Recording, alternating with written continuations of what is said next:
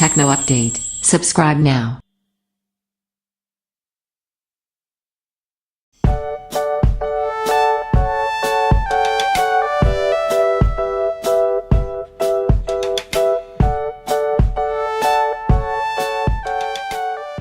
Blackphone 2 Review. Design. The Blackphone 2 looks exactly like its name suggests. When the screen is turned off, all you'll see is a black, rectangular block that feels like a sturdy, stone-cold slab. I found this design boring, but others may find it attractive. A volume rocker and power button sit on the right side, a micro USB port is on the bottom, a headphone jack lies on top and a microSD card slot is on the left. Display. Videos and pictures look great on the Blackphone's 5.5-inch, Full HD display. Red tomatoes and yellow peppers in a fruit stand looked bright and vibrant in a 1080p trailer for the intern, and Robert De Niro's frown lines and strands of white hair were sharp. Viewing angles weren't generous, though, images dimmed and degraded when I tilted the screen side to side. Silent OS.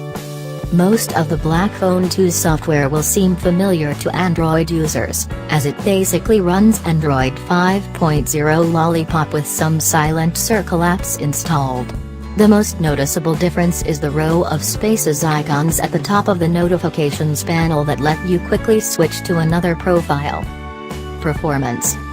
Armed with a 1.7 GHz Octa-Core Snapdragon 615 processor and 3 GB of RAM, the Blackphone 2 handles daily multitasking with ease but is a generation of chipsets behind the latest premium smartphones, many of which use the Snapdragon 800 series. I streamed a video smoothly with several apps, such as Chrome, Messaging, Play Store and Security Center, open in the background. Sometimes, though, the keyboard took almost a second to show up when I tapped a text field. Camera. The Blackphone's 13-megapixel rear camera shot bright and colorful shots in bright light, but it struggled in the dark. My 1080p video of New York City traffic was bright, clear and smooth. The 5MP front camera shot selfies that were clear enough for me to make out individual strands of hair in my eyebrows. Battery life.